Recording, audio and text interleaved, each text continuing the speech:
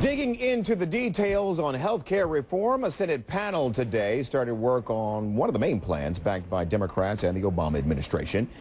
And how much of that debate so far is over how much the bill will cost? Well, a lot of it seems. Congressional correspondent Brianna Keilar live from Capitol Hill. And Brianna, I'm told you have some late word on the timing of all of this. What can you tell us?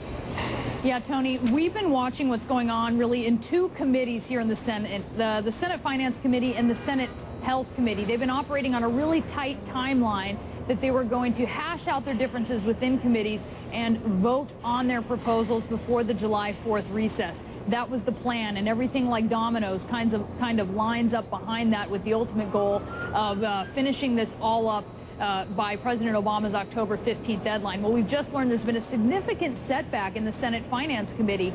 They actually, going through this process of hashing out their bill, they were going to try to do it this week. It kept getting pushed day by day, and we've now learned two Democratic Senate sources confirming to CNN that that whole process could get pushed even past the July 4th recess. While at the same time, Tony, though, looking at the Senate Health Committee, they're going through the process today, which is really a significant step, but without the Senate Finance Committee operating on the same timeline, it really just starts to push things back. Yeah. The issues, of course, being the cost, but also some of these key issues that Republicans and Democrats disagree about when it comes to health care reform. Well, why don't we do this? Why don't we drill down on the issue of cost, because that provided a bit of a dust-up at the start of the Senate subcommittee hearing this morning.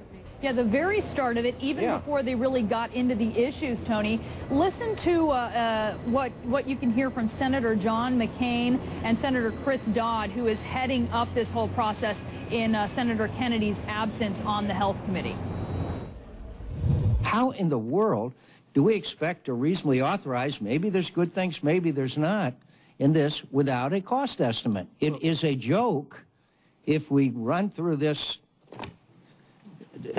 stack of papers here without having some provision, and I suggest we not move forward until we have some provision as to how we're going to pay for it.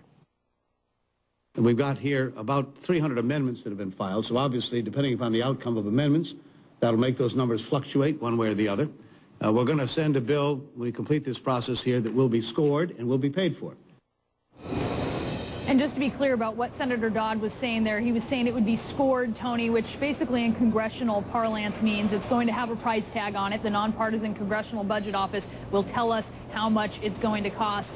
And something else that he said, 300 amendments, Tony, 300 proposed changes just to this bill that this one committee is considering. That's a lot of changes, a lot of Republican proposed changes. Just shows you they're not really happy with the bill that's before the committee, Tony. Okay, Brianna Keilar on Capitol Hill for us. Brianna, thank you. House Republicans